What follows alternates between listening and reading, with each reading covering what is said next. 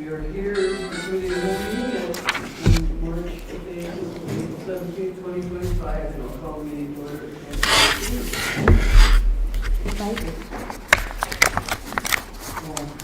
Good morning, everybody. We are here for the committee of the whole meeting on April 17, 2025, with a presentation from Urban Systems on the draft housing needs assessment. And I will call the meeting to order 10:03 now. So I'll need approval of the agenda as presented by consensus. Yeah, we're good. Mr. Beswick, consensus? All right. Yes, we do. Someone online. Pardon me? Someone online. No, we only need 3. We only have 5 council members. Yeah.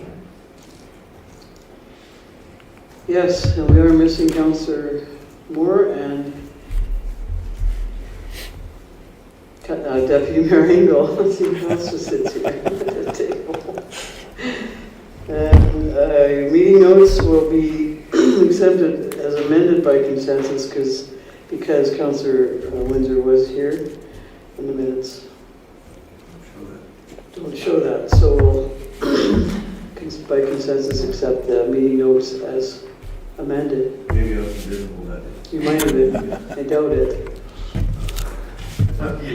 Consensus for that, Councillor Beswick, Councillor Windsor? Yeah. All right, so this is the moment some of us have all been waiting for. And very excited to Chris Ulmer's here from Urban Systems, and we have our draft housing need analysis, it says up there, so I guess we can use that phrase. And I'll turn the floor over to Chris Ulmer, who's at our speakers table. Well, thank you very much, Mayor and Council. Great pleasure to be here as always. I know this suspense has been leading up to this, as we've had a few hiccups on timing for this. But wanted to take some time with you and go through the results of what we did. And ultimately, we wanted to take a look at this. And if you want to go to the next slide, Jocelyn. Really take the opportunity to look at this and recognize that when we're talking about housing, the simple way of thinking about it is just to look at the housing itself. But we wanted to really look at the interconnections of all the other aspects of what's happening in the community, because housing is a piece of how we think about planning our communities, developing our communities, that is so interrelated with so many other things that we do. And often we get lost in the weeds of thinking about economic development on its own, or we think about housing on its own, or we think about infrastructure on its own. But the reality is that it's all connected. And if we're thinking about one of these aspects, we have to be thinking about all of the different aspects.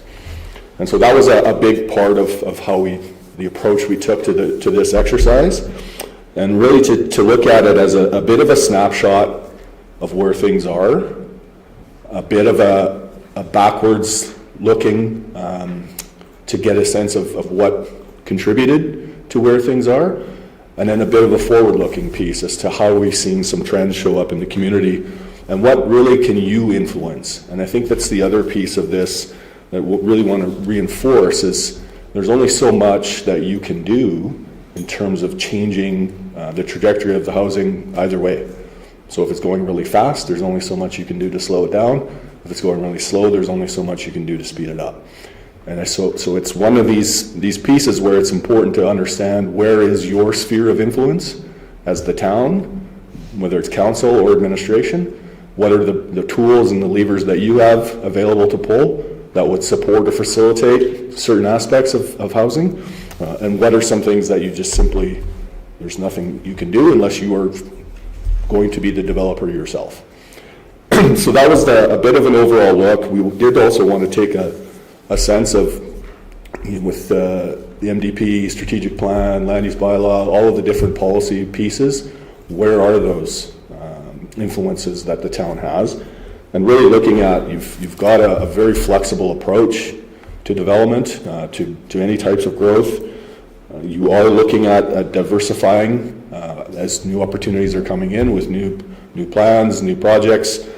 There is a focus on character because of the strong history that the town has, but there is a supportive nature around what does infill look like, and how do we start to think about, yes, we want to support our character, but how do we make sure that we're providing those opportunities to be respectful of that character when we're getting these chances to bring in new mixed-use developments, new developments in the downtown core.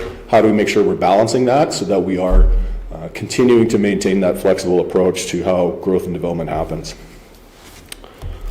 Next slide. So just as a bit of a starting point, we took a look at the demographics in the town, what's happening with the population. So we all know that from the census perspective, growth has slowed over the last 10 years.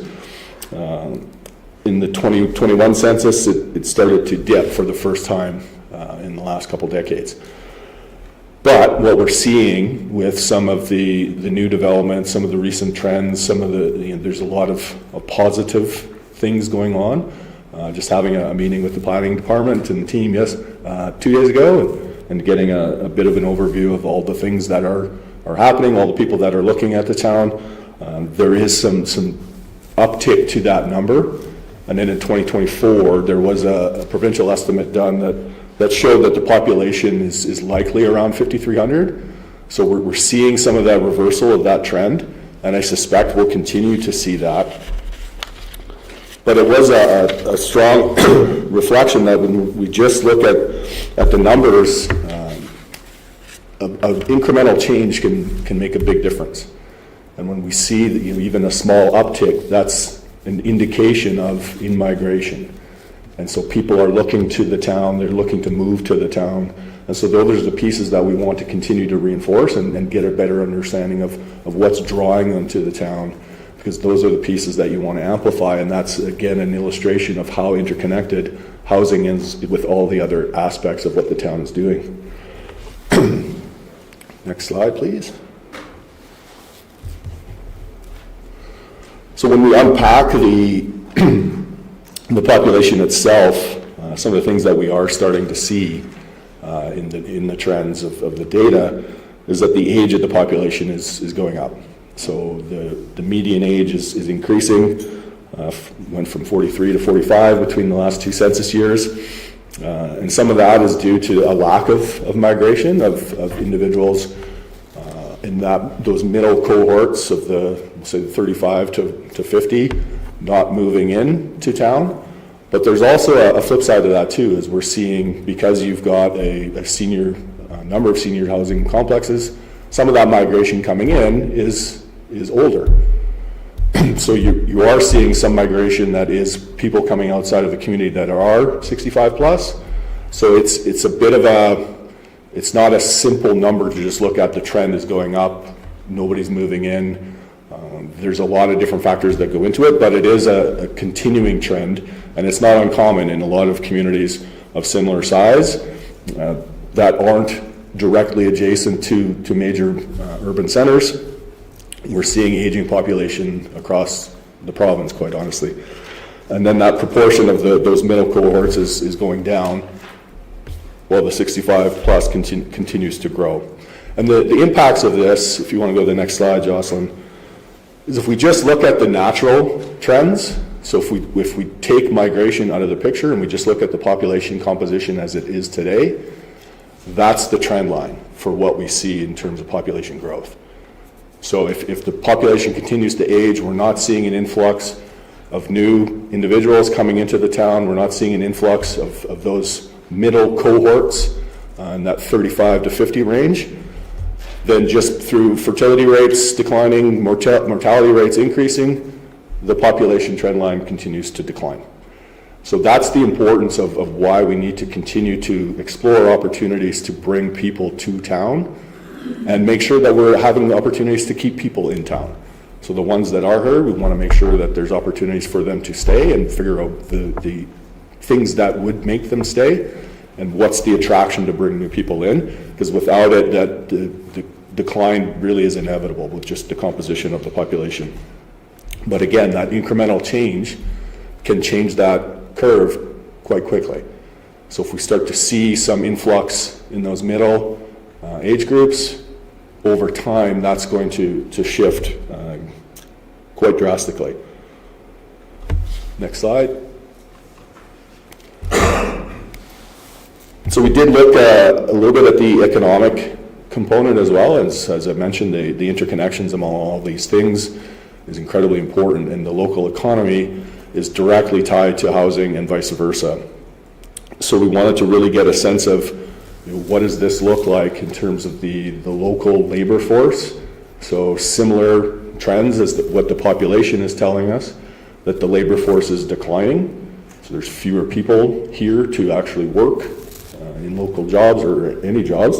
And then the participation rate is declining. And so the participation rate is just an indicator of how many people in the labor force are actively either working or seeking to work.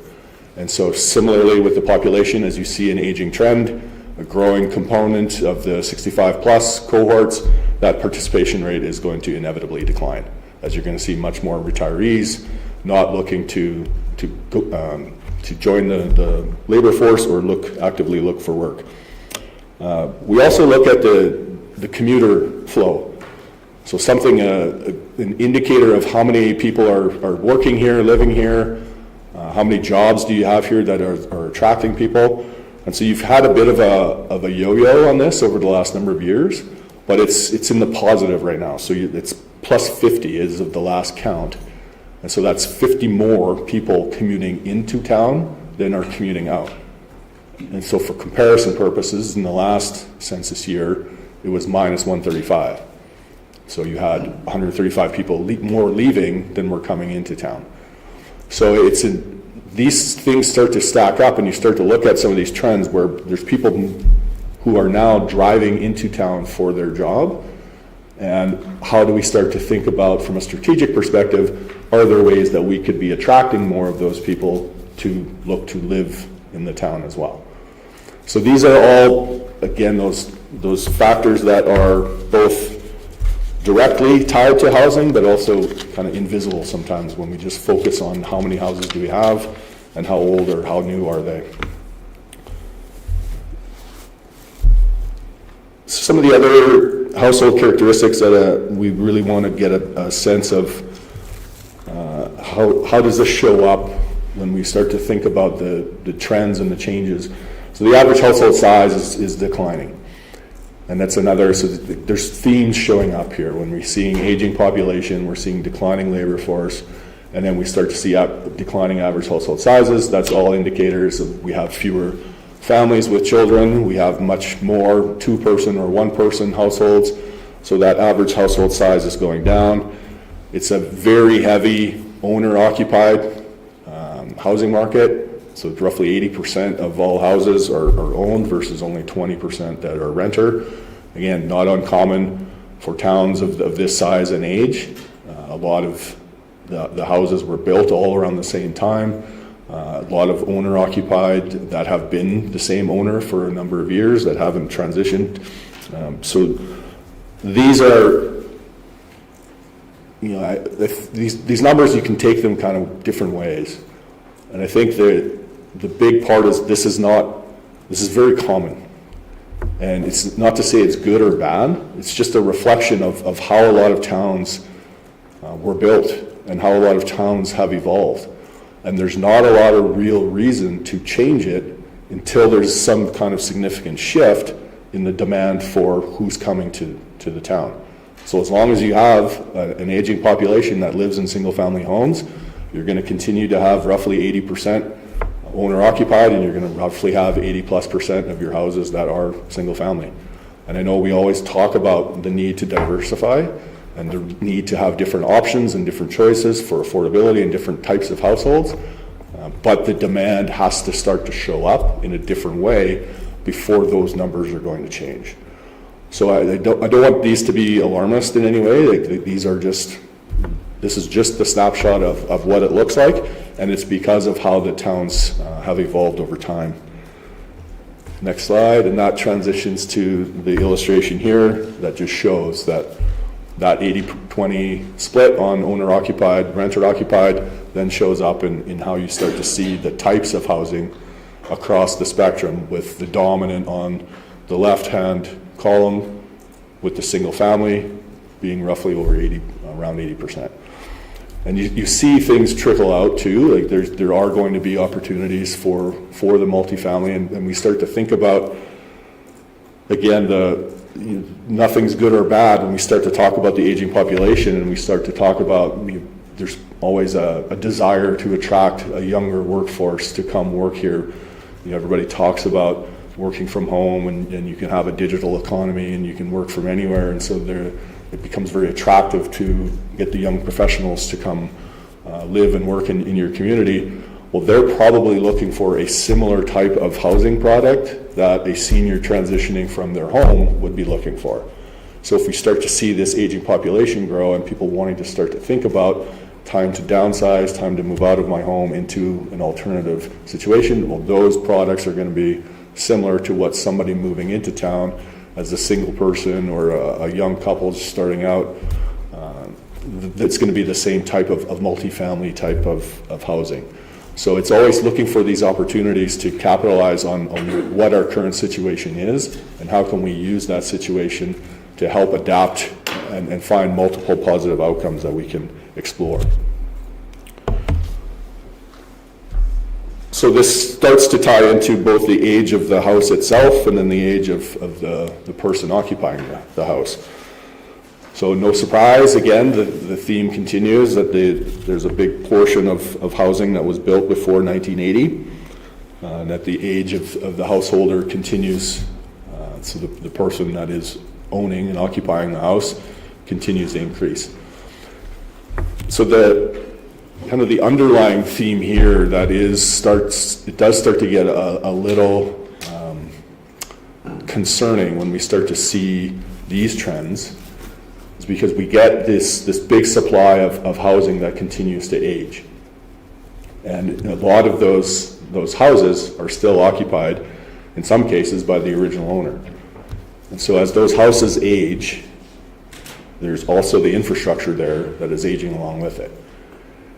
And then if they get to a point where the householder, the person occupying the house, is looking to get out and to transition into something different, how marketable is that house? And if it is marketable, great. If it isn't, we start to see this continuing increase in supply of old homes that can't sell in old neighborhoods that have infrastructure problems. And so here again is the interconnectedness of all of the different aspects of housing, and when we start to think about old homes that can't sell, we'll start to see assessment decline. And if we start to see assessment decline, the replacement of the pipes isn't going to be any different. So these are things that we start to look at the trends in a bit of a different way, in a bit of a more complete way, as to what are some of the other impacts and how does this help think about where you're making investments in the community, because these are significant investments when you're talking about replacement of the infrastructure on even on a block level. And if we're starting to see this increasing supply of aging houses show up in similar neighborhoods, are there different interventions that the town can start to think about?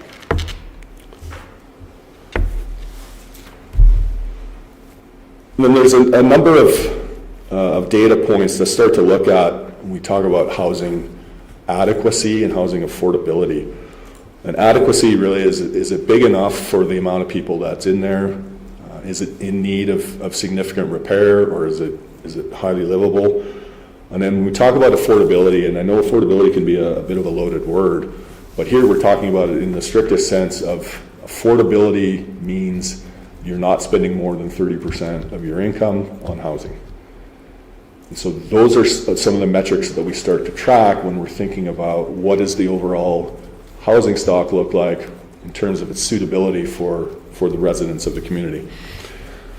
So there's not a big shift here. There's a significant decrease in the amount of people spending more than 30% on the renter side, but it's a pretty small sample size. So that's probably just a few people or a few households that no longer had that burden, that made that significant jump. But the number's starting to tick up on the owner side. And that can be for, again, a variety of reasons. And there's all kinds of things from increasing utility rates, increasing bills, increasing mortgage interest rates, particularly for those who may be on fixed incomes. But it also can be increasing prices of housing. And I think that's something we're seeing across the board, regardless of municipalities, as housing is typically not getting cheaper. And so as those numbers start to shift, it does start to paint a bit of a picture of who can or who can't afford to move to these communities.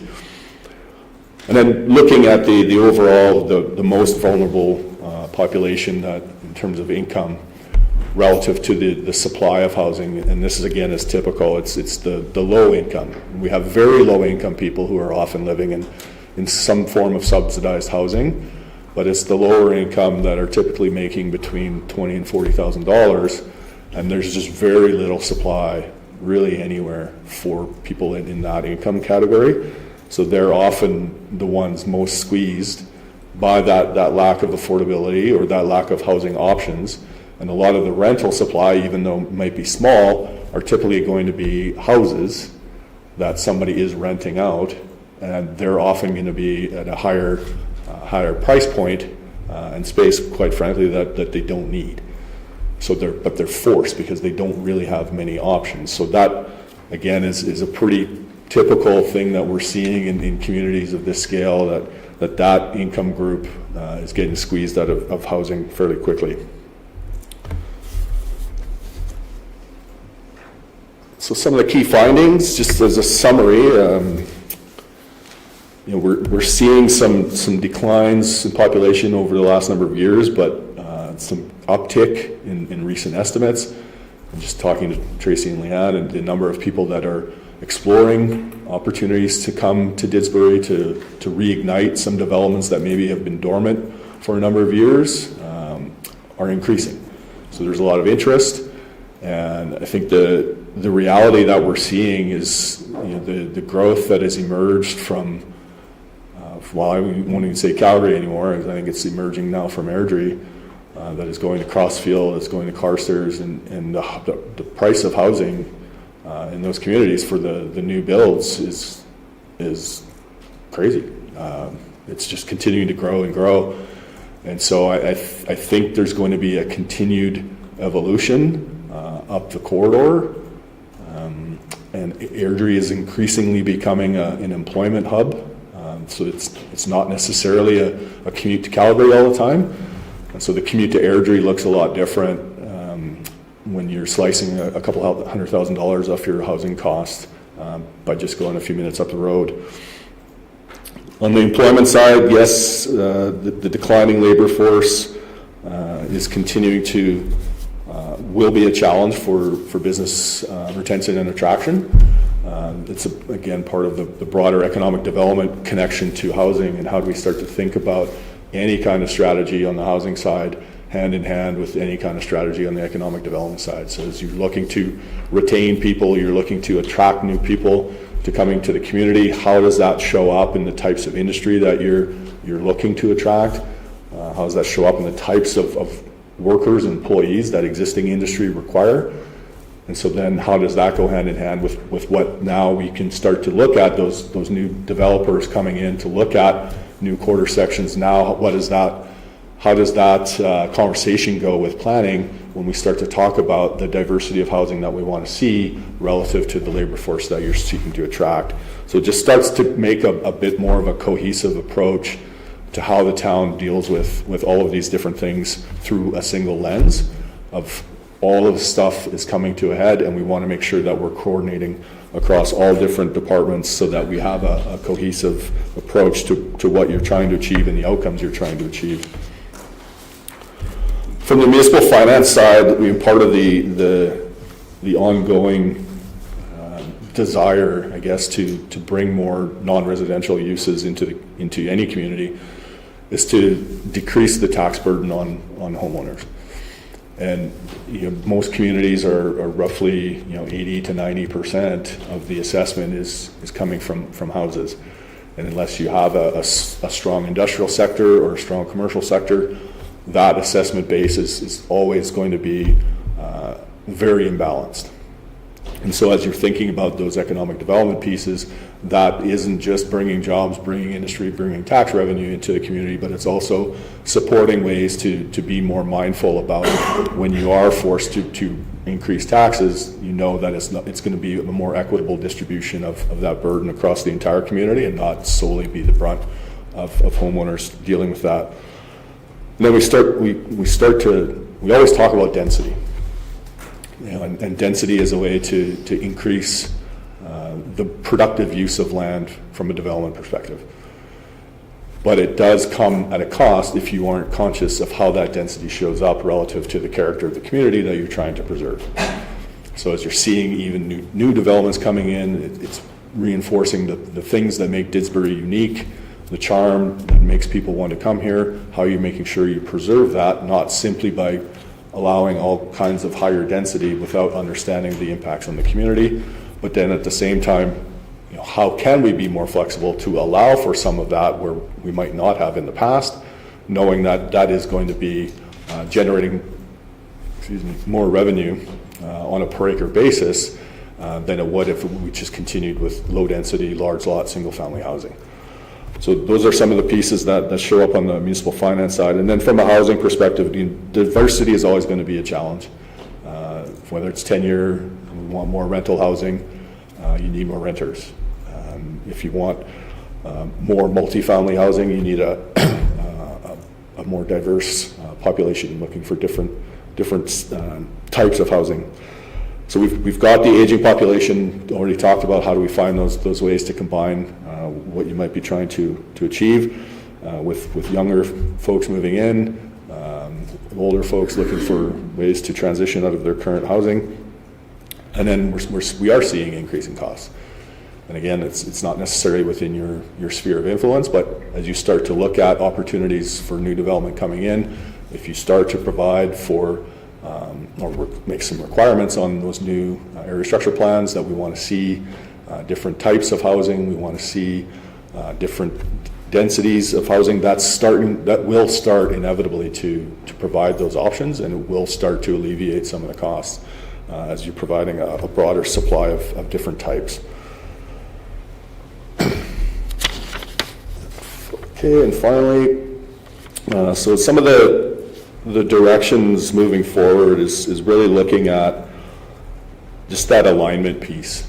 And so it's really starting to think about what are the partnerships that can be explored in a way that takes the burden of the major burden of risk off of you by trying to go it on your own to go build something or be the developer as the town of Didsbury, to be the catalyst.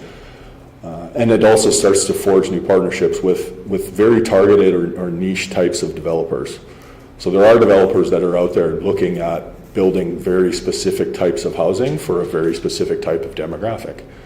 And they're always looking for interested municipal partners, and they're always looking at opportunities beyond just the go build another one in Calgary or go build another one in Red Deer. And so it's a recognition that all of the communities are dealing with this aging population cohort really all over the province. And so it's opening up new markets for these types of developers who are looking for some of these. So it takes a bit of it's not a typical approach, and it's not kind of this is how we've always done it. And so it's being open and alive to different opportunities and different partnerships that might require the town to be a bit of a different partner in a development. But it's some of these things that can be catalysts that we might not have explored in the past because they're very non-traditional. So as again, the economic development strategy, the housing strategy, the continued implementation of the municipal development plan, as all these things start to become this cohesive path for the future of the town, how are we making sure that we're open to innovative partnerships and approaches with other sectors that are also looking for their own innovative approaches. On the diversifying component, and that's really looking at implementing essentially the new direction within the municipal development plan. That's working with the planning department as any new application comes in for really any kind of development. This isn't just, we're all just sitting and waiting for a full quarter section to come and develop, but you have vacant lands within the downtown. As those things look, as individuals look to opportunities to build on those, how can the planning department have a very open conversation about this is what we're trying to achieve, and here's the things that we would like to see as part of these new developments. So it can be anything from a new infill to an entirely new quarter section area structure plan, but being very open to how are we, again, collectively as the town, looking to achieve the outcomes we want to achieve through any type of planning and development application. On the finance side is really looking to start to get a better sense of where these clusters of older houses are and how do those overlay with the age and stage of the infrastructure replacement cycle. And so it's, again, there's no singular answer to this, but I think the more we can bring broader information to get a better understanding of where these potential challenges may be, it just opens the door to a more nuanced conversation around how is the town going to invest money on infrastructure replacement, and how are we starting to think about maybe there are incentives for dealing with home repair, for dealing with individuals looking to move into some of these places, so that we don't get a cluster of aging houses that are just going to sit without any kind of turnover. And then the other piece on evaluating that new development is, it kind of goes hand in hand with that diversifying piece and understanding that we want to see different types and different choices, but we also want to see development that's coming in that is going to contribute to the financial sustainability of the town. So that starts to inform how planning and development have conversations around density, and that starts to inform how are we wanting to see this contribute, so that it's not just a sea of large lots and large houses that can be great in the short term, and they will sell and they will generate revenue, but over time the length of pipe is no different if you've got big houses or a mix of big and small. And so it's being a bit more thoughtful on what does this development pattern look like, both in terms of its contribution to how we want to see our housing diversify, but also its contribution ultimately to the town's fiscal sustainability. And the final one is looking at incremental infill and again, getting a better sense from just an overall information perspective. What does the inventory look like in terms of vacant lands throughout the town? And how do we start to think about where could we start to target, whether it's housing or economic development or a combination, looking at mixed use opportunities? How do we start to target individual investors, individual builders, or individual businesses to start to think about here's some opportunities for the town?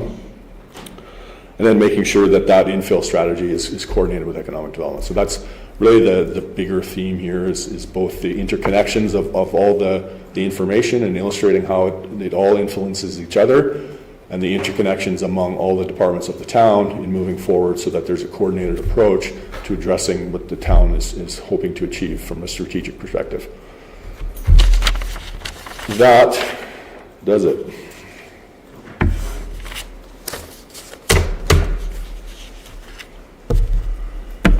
Thank you, Chris. I just wanted to, people might hear other people speaking here, so to my right is our acting CEO, Amanda Riley, Development Officer, Dan Vidette, and our planner, Tracy Conley, and Jocelyn Reeves, as always, our financials on the left. So if you don't see people but hear voices, that's who they are. Because our cameras and stuff everywhere.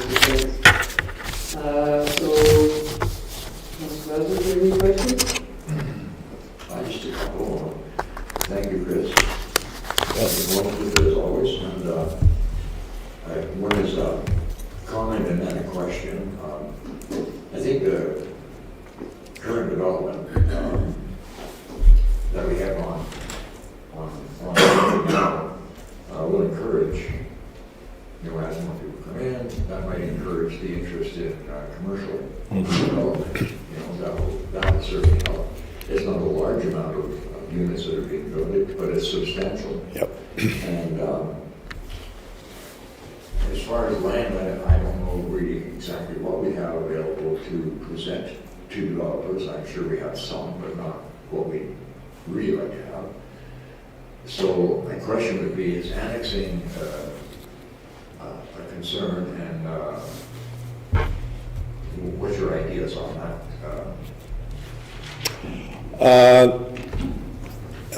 Well, annexation is it's a big decision. And I think before going down any path to talk about increasing the supply of available land, I would want to get into a very thorough understanding of what the constraints are to the existing land.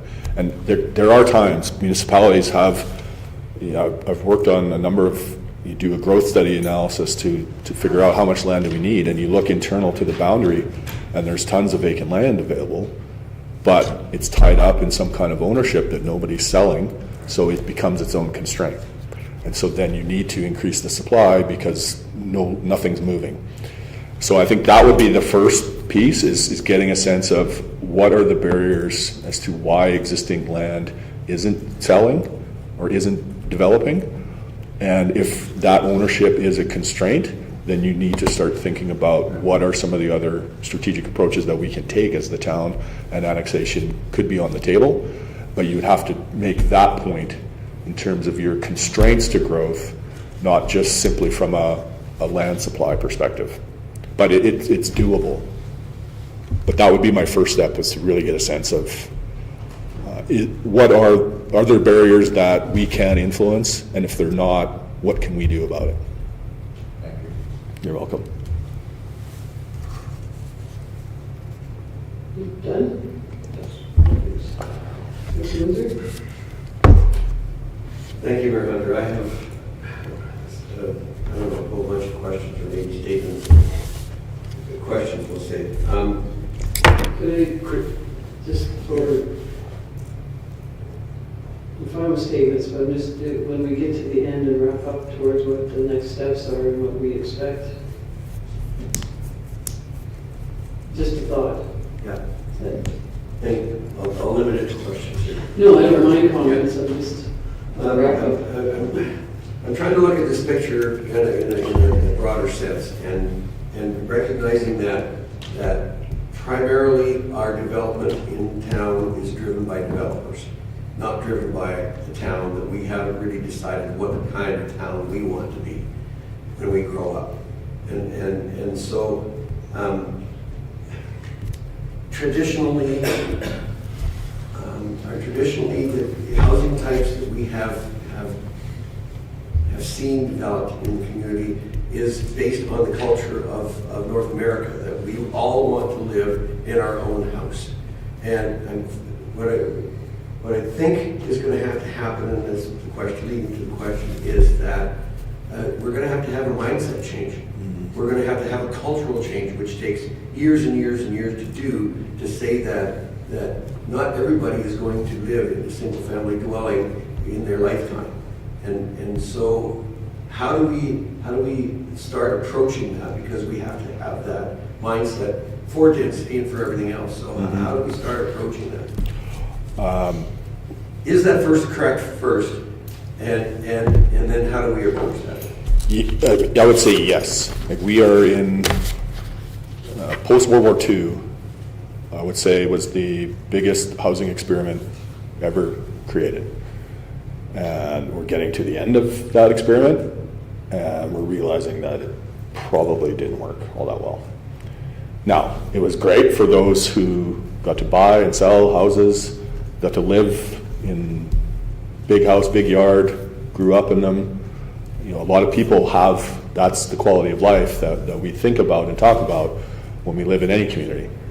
But the reality is the financial side of that experiment has been a pretty big failure. And so now we talk about that post-World War II, we built all these houses, we put all the infrastructure in. Now the infrastructure is reaching the end of its life cycle, and we realize, because we were also in a low tax environment, people are already paying they think, more than their fair share. So what we're realizing is that the revenue generated from the taxes wasn't enough to cover the costs over time of replacing that infrastructure. So when we start to really think about what that culture change needs to be, I don't know if Amanda's going to like this or not, but if the financial side is really starting to bring that literacy up around what are the impacts to the community by continuing down this road.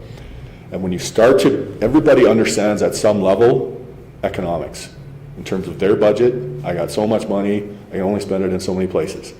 And when we start to bring that in, that mindset to the community, we only have so much money, we can only do so much with it. Now, if you don't want density, you don't want us to generate more revenue through our housing, then what's that good? The trade-off is we're going to have to raise taxes and raise fees. And so it starts to become the culture and mindset, and the culture shift, I think, is how we actually have conversations in communities through the lens of municipal finance, because it impacts us all.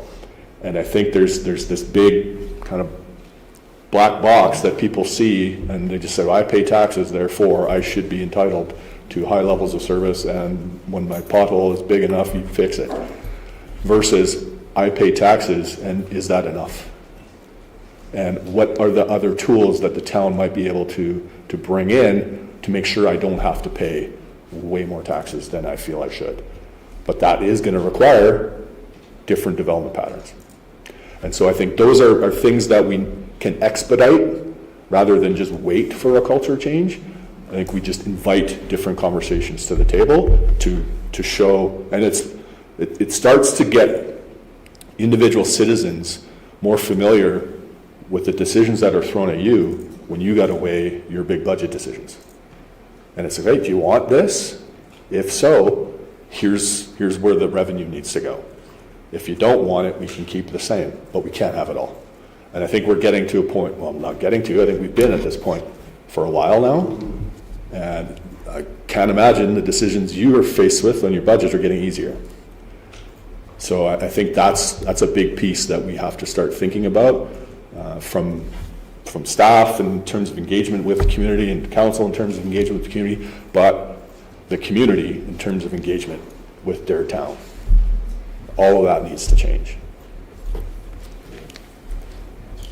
So, Mayor Hunter, if I may, I'm going to just follow along those lines. And we've looked at some development proposals here in the last little while that are not looking in that direction. They are the traditional single-family, maybe smaller lots, maybe more higher density, but essentially we're still looking at the same philosophy, the World War II philosophy, post-World War II philosophy. And thinking in terms of tax revenue, and that we talk about the revenue and how important it is to the financial municipality. Residential development is traditionally in its concept right now is a net zero. That yes, you generate more revenue, but you have to provide more service, or you need additional staff to service those people that you've increased. So residential development is relatively in the long term net zero. You don't gain anything from it. It's the industrial and the commercial that makes the difference. The higher your residential becomes, the more less burden you can apply to the non-residential and commercial. So this requires a shift in developer approach that brings things to the community. And I'm not seeing that. Mm-hmm. And I'm not seeing that in developments that are brought forward to us. And that's the developer, again, being driven. How do we go about changing that direction? The easy answer is you say no. And that can be really hard. And I think, that's the strength of the team here, and the work that the team's been doing to strengthen the policy, strengthen the regulatory piece, the work that you've done as council in supporting some of the direction of the municipal development plan, land use bylaw changes. The tools are in place to ask for different things. And if the tools are also in place to confidently say we won't allow this unless you're willing to do other things. Because the challenge is the developers, and they don't do it for malicious reasons. This is what I do. This is the type of things I build. I don't want to build that other stuff. I only know how to do this. So it's hard. I don't want to fault them, but at the same time, if they're always told, sure, come on in, we want new stuff, because you're right, in that short-term increment, it's a revenue boost. And everybody wants a revenue boost, and I can worry about the other stuff down the road. But if we continue to do that, you're going to be dealing with the stuff that's already down the road, because the decisions were made years ago on that development. So I think those are pieces that I know that the town has been working hard to put in place, because you have to have the tools to be able to negotiate. And if you don't have the tools, you don't have a justification to say no. And then they just say, well, show me why. And there isn't a why. But now there's pieces in place where the team has that confidence to be able to, nope, this is what we want, this is what we say we need, let's work together. So is this then a philosophy of council to give that direction to the planning department? I mean, they have the tools now. Now we have to have a philosophical direction as to say, this is what we want the town to look like, this is what we want to be when we grow up. And that direction has to be set, I think, and you correct me if I'm wrong, but I think that has to be set from the council table to give that direction, that this is where, you've got the tools now to make this happen. Now, we have to give you the direction to say that is our desire to make that happen. Well, I think it's all entangled. So you provide the direction to create the municipal development plan in a certain way, right? Then the municipal development plan trickles down into, for us to now regulate development, the land use bylaw needs to be shifted to make sure we have the tools to implement that direction. Now, you're always using that to bounce back to you when you're creating your strategic plan, and you're using that to influence your strategic plan, and then your strategic priorities are going back to the team to say, here's our mandate for the town now that we want to make sure but why I say it's entangled is because you can't just deviate full 90 degrees from the municipal development plan without changing the municipal development plan. Yeah. You vote? Okay. In terms of affordability, you talked about affordability, and I have a different philosophy maybe about affordability. What is affordability? Because essentially a young family starting out, whether old or young, I'm going to say young family, starting out, there is no way that they can possibly afford to get into a owned residence. Especially if those residences are, as you stated in some of your things here, over $500,000. I mean, the income that's required for that is not easily attainable by a young family. So what is affordable housing, and how do we achieve actually housing that allows our young families to get into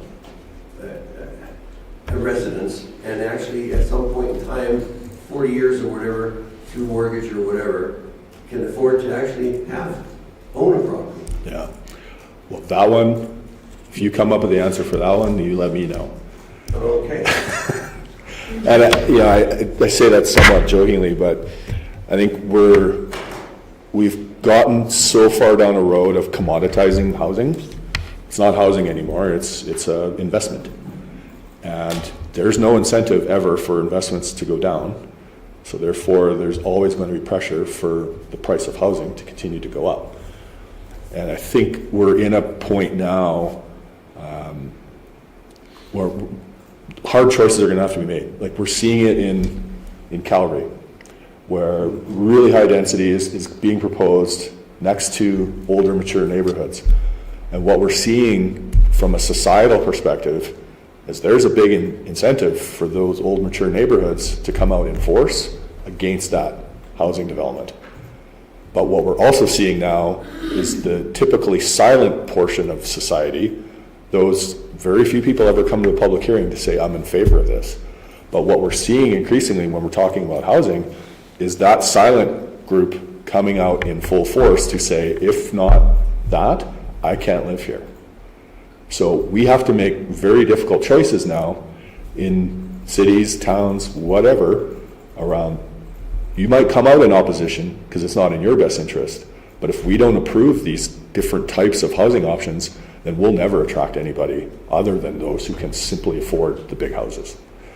And so it's becoming increasingly politicized, but I think for the right reasons. Because I think people are now actually showing up to get engaged in decisions that matter. And decisions that matter, it isn't just, it's in my backyard now.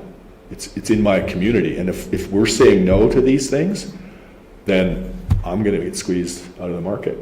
Right now I'm renting, I want to buy, but I can't buy anything. And that's part of that mindset shift too, is buying a house isn't the same across the board. Like owning a home might be a small condo, might be a townhouse, and maybe you can aspire to a single family home at some point in time, but this idea of a starter home as a single family house, you got to be in a pretty high income bracket to be able to do that as your first one.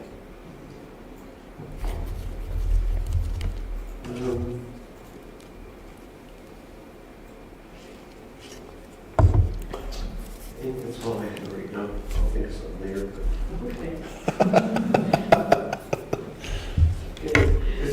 It's a really complex. Oh, yeah. Yeah, Absolutely. yeah. Well, I look, just a few comments that you made. I'm interested in well, first of all, I never did believe our census, that we dropped to 5070. And we were at 5268, now all of a sudden we're at 5291, and that's the rate of flow that should have happened to begin with, and you know that. It's unfortunate that it didn't pass, and that's not your problem, but our per capita funding where we get it, but you mentioned about our old homes and the infrastructure council, and I think every community faces that, Yep. that they have a lot of old homes, but I think we can also use them to our benefit and our advantage that they are the entry-level homes now. Mm-hmm. And they are the affordable ones. And you said that, you know, what is our plan to address the aging infrastructure that is on those streets of that? And that may be some of the best or maybe some of the worst infrastructure, but how do you, is that a fair statement? And is that what we're seeing across Alberta, is that every community has all these old homes. So there's a way to take advantage of that as well in our Absolutely. presentation. Yeah, and I don't think nothing is either good or bad. It's just how much information do we have about all of it so that we're making more informed decisions. And where we've seen it become increasingly challenging, where there hasn't been a good sense of information, and we do these types of exercises, and it starts to uncover, you know, there are communities that there's a whole, you know, 3 square blocks that were the original town site, say. And those homes have reached such an age, and in some cases such disrepair, and all that infrastructure has never been touched. And so now there's literally a 3 square block of nobody's buying these houses. Do we make multi-million-dollar investments in upgrading that? Is it going to influence how developers might look at these? And a lot of times these are towns that are much more remote. So there's not a lot of influx of people. There's not a lot of people looking even for having a starter home. It's a bunch of people lived there, grew up there, aged out of their home, and now it sits empty. And it has sat empty because nobody came and bought it. And those are the places where now it's becoming a real challenge on what do we do. And so, you know, you're not that. It's just how do you make sure that you have a good sense of, are they clustered in certain areas? How do those clusters in certain areas relate to the condition of that infrastructure in certain areas? And are there things that we can be doing in advance to help market it to new home buyers, or work with the homeowners as they're moving out to have some kind of incentive program for making sure they're in good repair? Like, there's a lot of different tactics that you can engage in once you know what you're dealing with. So just the numbers doesn't tell you anything until you see geographically where these things are located. And again, every challenge can be flipped into an opportunity. So just because they're aging homes, you've got a lot of beautiful aging homes in your downtown core. And it doesn't mean that they are old. Just because they were built at a certain time does not make them an asset or a liability. But that scares me, Chris, and council, that all of a sudden now, people are generally supposed to look after their own homes. And now that we're talking that incentives need to happen so they look after them, I also wrote down here that affordable and attainable housing is never going to get built unless federal and provincial governments start providing incentives for that, because developers are not in it to help low-income people have homes. So I think we walk a scary line there if we have to start incentivizing people to look after their houses. So, Well, you don't have to. no, I know we don't have to, but the more, I don't ever want our neighbors to start, the more municipalities that do that, the worse off everybody's gonna be. So I think there may be other incentives for that, but. Well, and I think that part of that too is different tools will show up depending on the attractiveness of your community, quite frankly.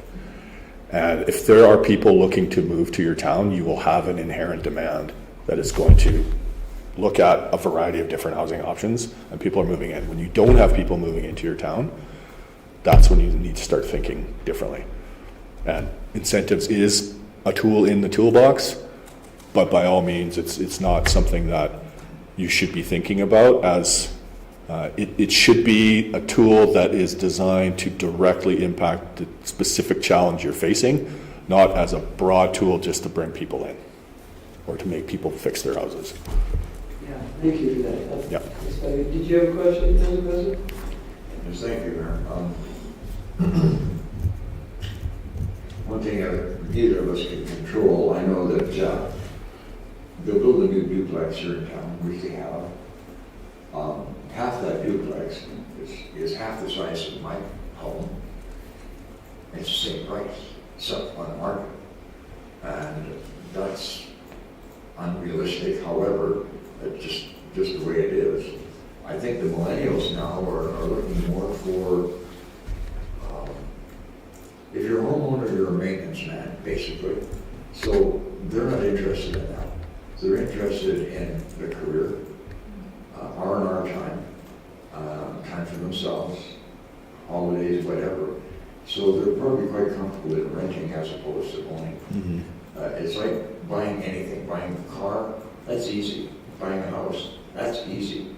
Then it comes all the insurance, the upkeep, the maintenance, all that kind of thing that when I was in that business, I would always tell people, you need at least 10% more than the actual buying price of this, right?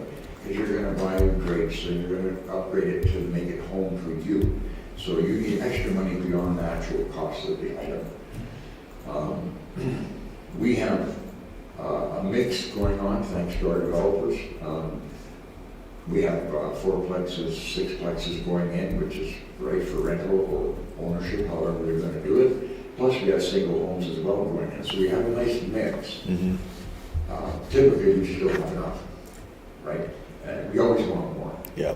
And thankful to our planning department, done an awesome job in putting this all together. So this summer is just going to blow up here with that building. It really is. And hopefully that will encourage the commercial side to start looking at us for purposeful building. But I think it's a difference in mindset. I know that personally because I have a millennial in my family who's trying to find a place. And $1,800 to $2,000 a month rent is ridiculous, right? And then beyond that, of course, you have the typical expenses. I don't see that coming down, but he particularly wants to buy a home. However, a lot of the young people don't want that obligation. They would rather just not have low maintenance problems and just live. The other thing that concerns me the most is none of us can control, is banking. If you do a comparison between south of the border and here, you get a 30-year mortgage at $400 a month. It's that way for 30 years. So in the 30 years, you have an asset, you have something you can retire with, there's something in the bank. The way we have it in this country, every 5 years they change the interest rate. So you cannot get ahead. It's always more. Your mortgage is always more and more.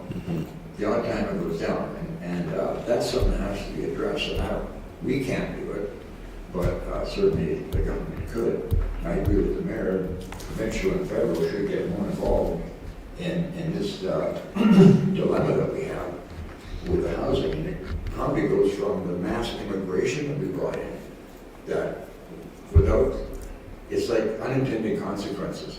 You got to think ahead. As to, when you do this, this is going to happen. They haven't done that, so now we have a shortage of accommodation for all these people who are moving from not only from foreign countries, but Canada and Alberta. So that's a stressful situation for any municipality, and we just want to make facing that daunting task. And I think the planning department is only as good in a sense as the developers who come to them with planning to do something, right? They planned out everything we have. I mean, they're just waiting for more. Anxiously waiting for more, I'm sure. So that's just my little brief comment. Well, I won't address the interest rate. I'm not prepared to fix that. But I think you're right on with the notion of the residential, commercial following residential. So they're always talking commercial, retail is always talking about I need to see the rooftops before I'm prepared to invest. And so when you start to just these, like I said before, this incremental change, and you start to get this development up and running, and that development up and running, and then a new development coming in. Now the attractiveness starts to increase on the commercial side, and then the more commercial that comes, that then becomes its own attractor for more residential.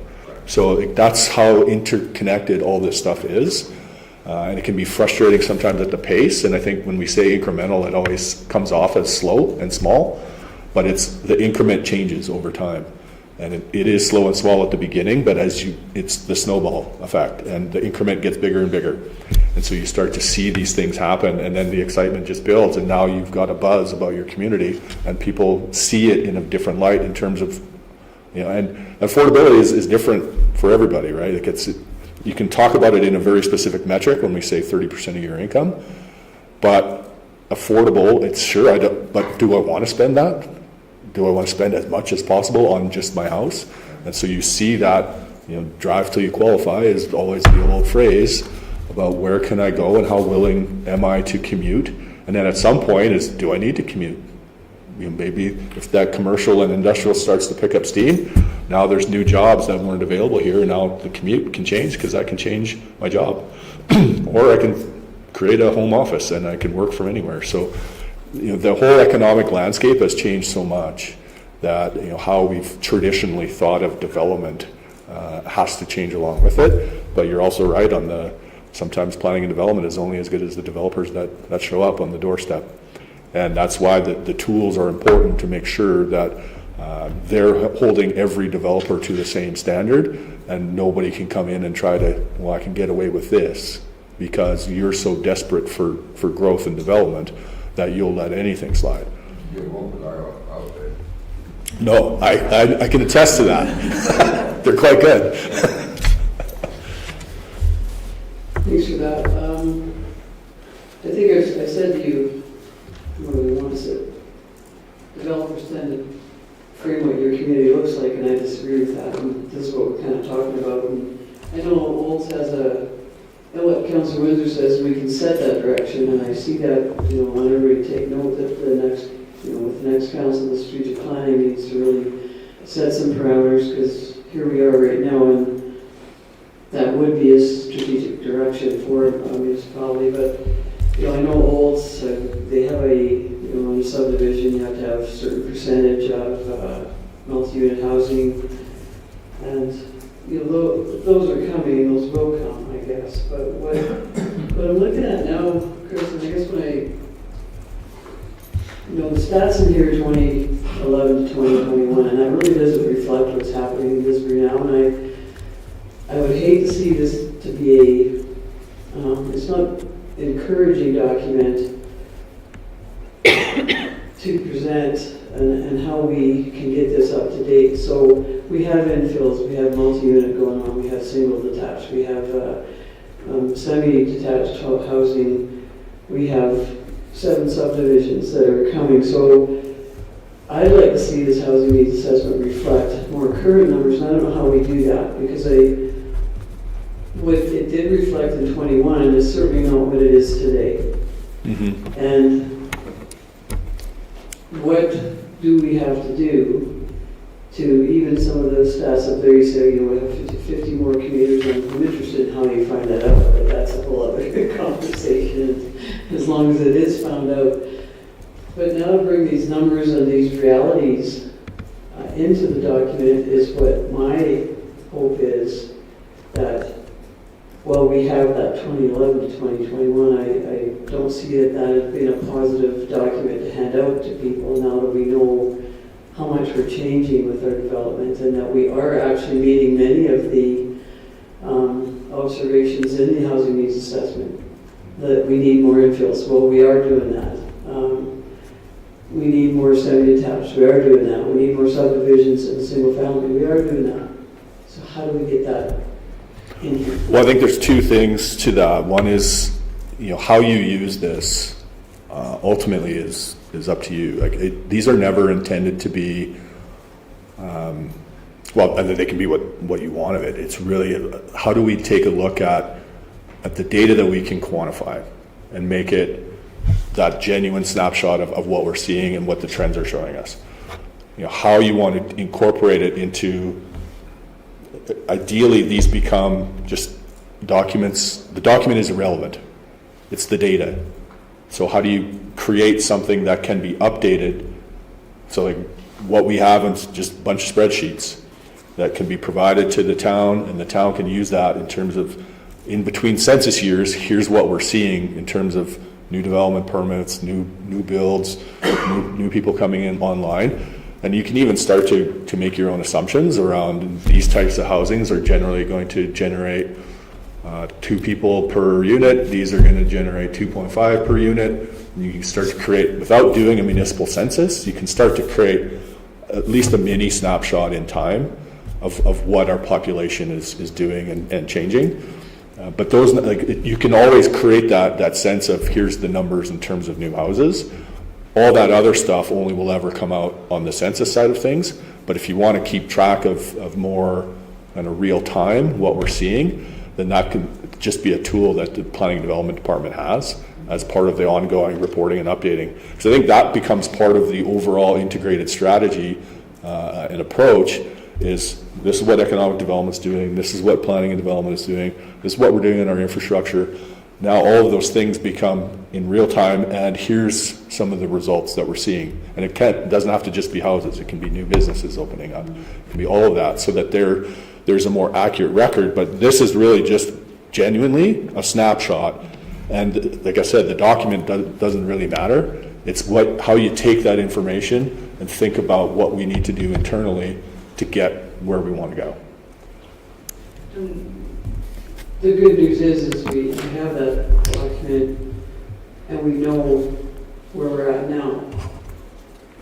And the other part of that is who would create those tools and how are they created, or is there templates, or are there methods by which to keep those more current? And when I think of that, I think, you know, a meeting we just had recently about families looking to come to Disbury, and if they looked at this document, they would believe that there's no, and you know, it's factual and it is what it is because of the decade that it covered. But what tools do we use then to keep this updated, so when people come in, they see everything that's going on and where they could live, or if they have multi-unit, do we even have apartments, which, you know, I think that's something that we need as well, and that's certainly a direction a council needs to take. But and we could take that more on our land, probably, like I think the old fire hall, where we could ask for someone to come develop an apartment. Okay, so that's easy for our land, for town land. So, I mean, our development and planning department would be the one to create those, but Well, it is literally an Excel spreadsheet, and it's a matter of here's the historic data, and then it can be just adding new columns for different years, and here's what we're seeing. And I think it's, it's always the now what, right? It's we do all this stuff, and now what do we do? And I think part of it is to give you that illustration of what have the trends created.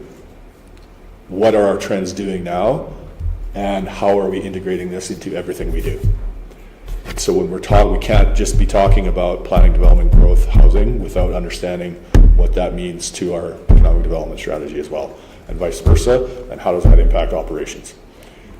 And all of it. And I think it's more that, like incremental again, but that incremental change even in how you do business as a town with all of your departments. And these just become another piece of information to demonstrate how we need to be integrated, and that every decision we make will impact all of these other pieces. And so it's more about it's not about what you do with the document per se, it's about how does that inform how do we operate. Because it's another piece of information that contributes to the understanding of we can't do any of this in isolation. And so that part can be ongoing documentation of what we're doing. Every census year, you do some updates. So it can become its own ongoing internal investigation into how we're doing. And you don't have to do these every 5 years, go out and hire somebody else to do one. You just keep it going from the original and make some tweaks to it. And it doesn't have to be a document. It can just be, now you start to use it and you take that data and information, and now it becomes part of your promotional materials. So how are we going to attract people? Now we're saying, hey, this many new developments coming. And so it's not putting the document on your website saying, go look at that to determine whether you want to move here. It's taking the information and then creating something to, again, go essentially implement your strategic directions. So it kind of brings all that stuff full circle to say, what are we trying to be? How do we want to grow? And then how do we take then the information that we know to create, call it marketing material for what it's worth. But that part then becomes, here's how we're doing it, not read this report. That means to me, and I'm going to ask Amanda a question too, but that means to me we have I think it's a 60-page community profile, 50 to 60 that we had created by McSweeney that 1 year. And so that profile should be part of all these updates annually that, I think it's maybe a 4-year-old document right now, so that when we have those documents created, that they don't, I'm not saying they are sitting on the shelf, but that we don't have them sit on the shelf, that they are the most current document we can hand out with our community profile in it. But Amanda, with that meeting we had with Chanel Savage the other day, this is the document we're creating to continue to start to share with our stakeholders. Am I on the right track that this is the stuff that our planning and development department will create too? And maybe you haven't even got there yet. It's probably a premature question. It was just 2 days ago, but you were very efficient, wasn't it? I mean, I was thinking, no, I'm not that. I have a lot of conflict. You're saying the housing needs assessment? Well, no, but the stats that they were asking for. Oh. And it would be in our community profile, and eventually we could just hand that out because it's updated as to what our community profile has.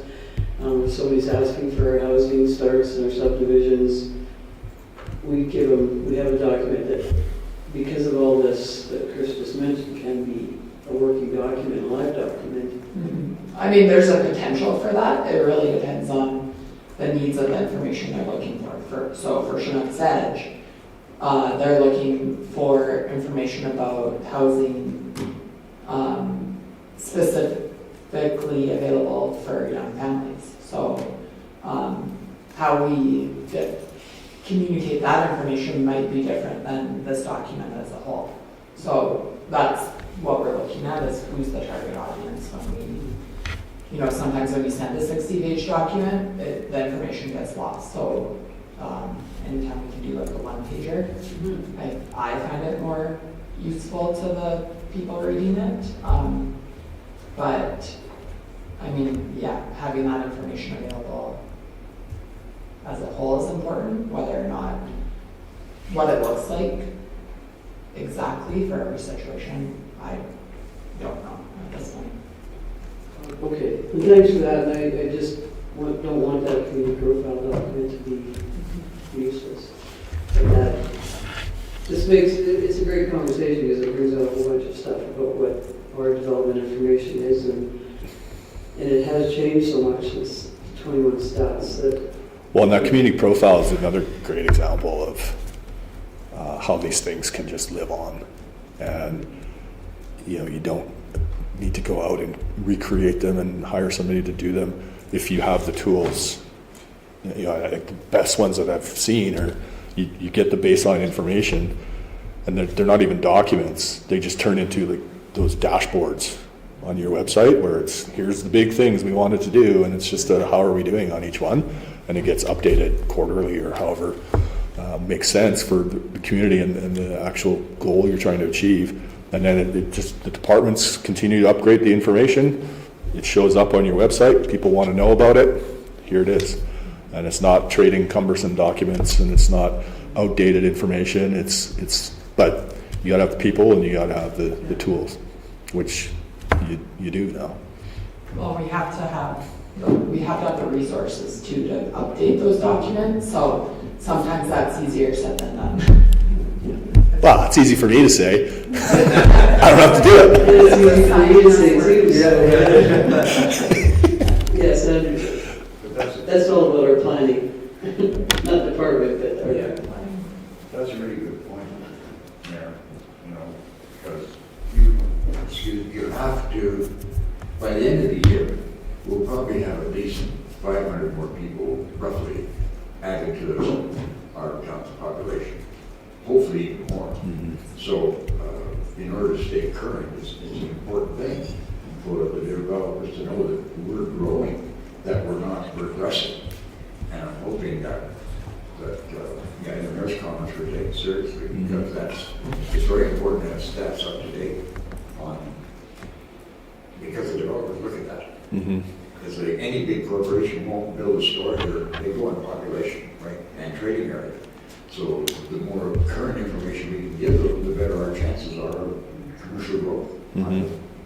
Didn't think about any of that, that's what you said there. No, I just want to make, I appreciate too, do you think it's that 500, I just want to be accurate to anybody that's listening. What might it be? Yeah. And I like the optimistic number of 500, but we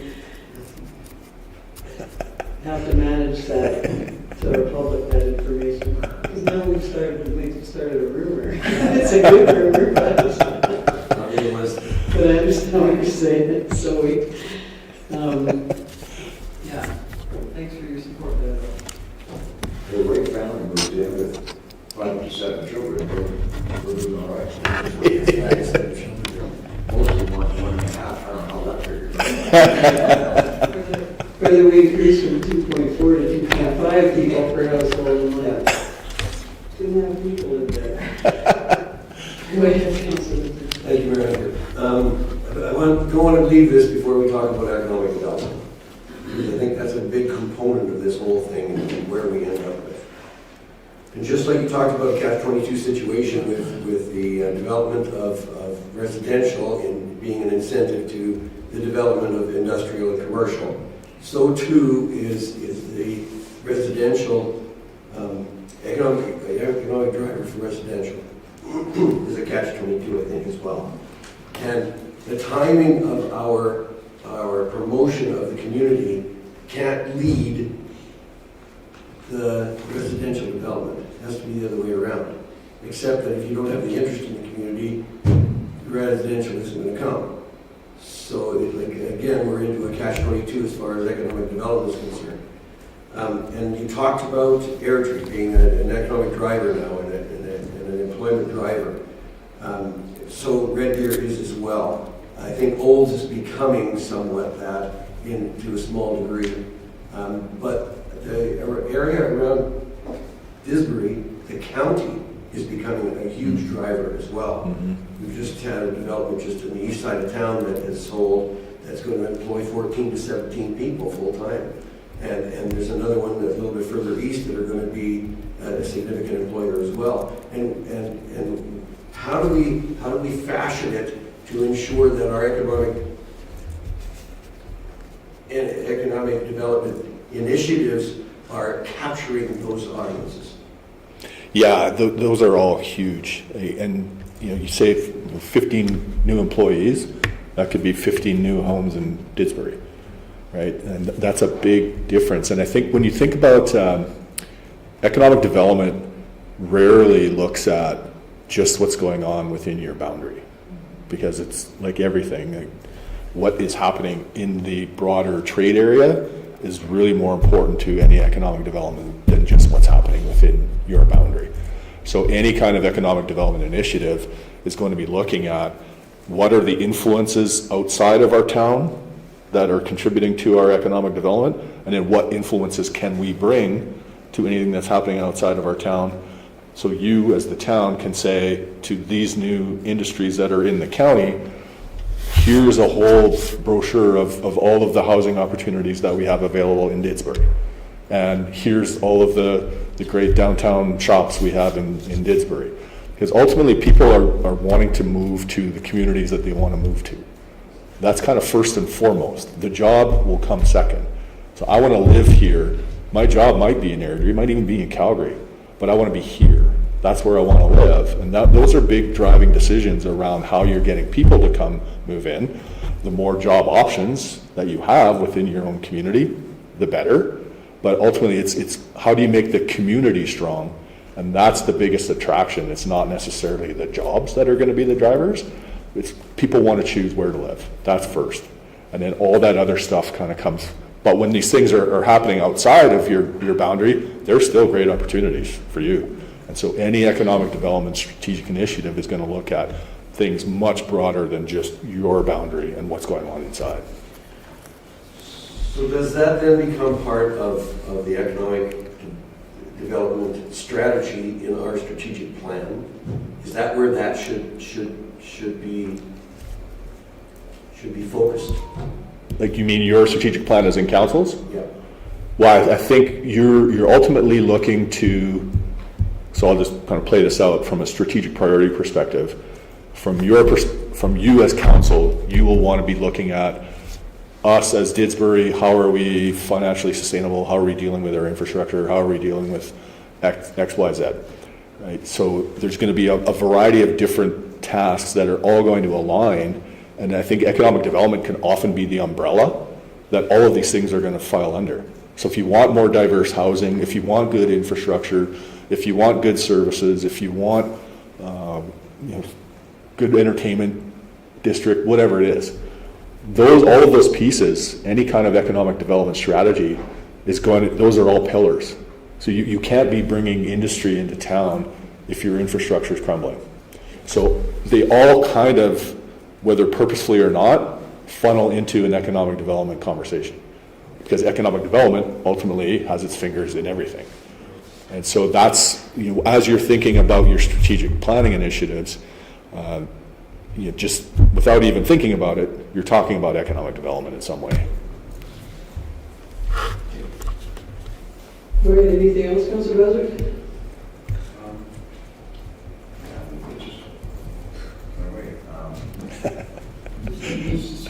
It's information overload for a moment.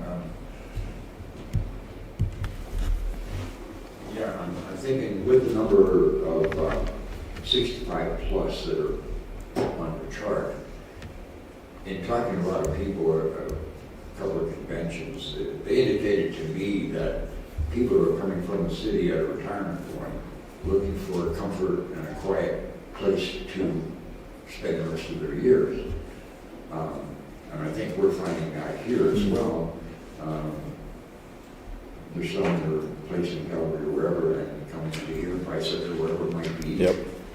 In order to create the comfort of this little tool that we have here in Alberta. And so my comment would be is those kind of folks typically they're not spendthrifts, they're usually pretty thrifty. So they're not a driving commercial force for your town. If anything, they will take services, and it'll be an even balance. Seniors don't have a tendency to do all the great things that millennials might do or younger people would.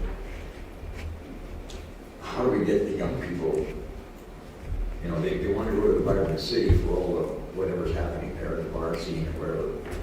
How do we get them back into our part of the world? Because youth is what's going to be the future of this town, not the old numbers, right? Mm-hmm. So how do we motivate them to do that? Tough question, I know. Probably it's more of a... Well, it is a tough question, and it's one that I would say every small to medium-sized town struggles with. And it's because inevitably there's going to be a cohort of youth that grow up, and then if they want to either go to school or get a job, it's probably not in their hometown. Sometimes they just want to leave their hometown. And so what's the boomerang that brings them back? And it's the age-old question of like what's the attraction to come back? And I think that's the intention with which you think about, you know, your overall community development. It has to be continuous, and it's always like we're always having to think about what are the investments we're making in the community today that are going to help bring, and it's not even somebody coming back to Didsbury, it's just somebody wanting to move here. So what are the pieces, what are the core things that we need to have in place that people are going to be attracted to? And there's no single answer to that, and it's probably going to change a lot over time, because as you say, what you would have invested in 10, 15 years ago isn't necessarily what people might be looking for today. So that's that ongoing cycle of all of this stuff, is that it can never be just reports done, plans done, strategies done, we're done. It's what are you doing in the intervals in between to actually implement these things, and how is all of this going into the decisions you make when you're making your strategic plan, and the decisions you make when you're making your decisions around how to invest in what we need to build, knowing that you have very limited resources. So there's only so much you can do. I think what's bringing them back is the fact that, whether it's good or bad, the high rental situation is bringing them back to mom and dad so they can live in the basement, basically, right? Yeah. So that may be comfortable or uncomfortable, but to me, that's the reality right now. That's how our young people are coming back. And then they have to, of course, keep into wherever they're going. But that's not, to me, a good solution to have them return. Yeah. Because they're probably reluctant to do that. But under economic circumstances, they're forced into it. Yeah. Which makes for perhaps an uncomfortable lifestyle for them. Yeah. And you know, once you leave home, you want to stay heck out, right? No more rules.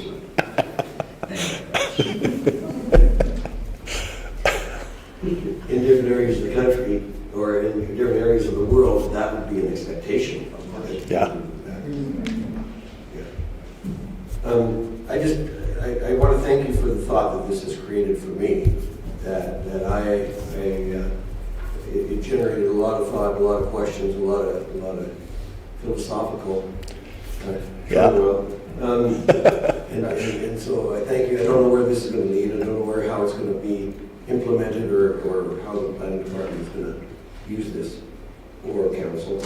But it generated a lot of thought on my part. So thank you for that. You're welcome.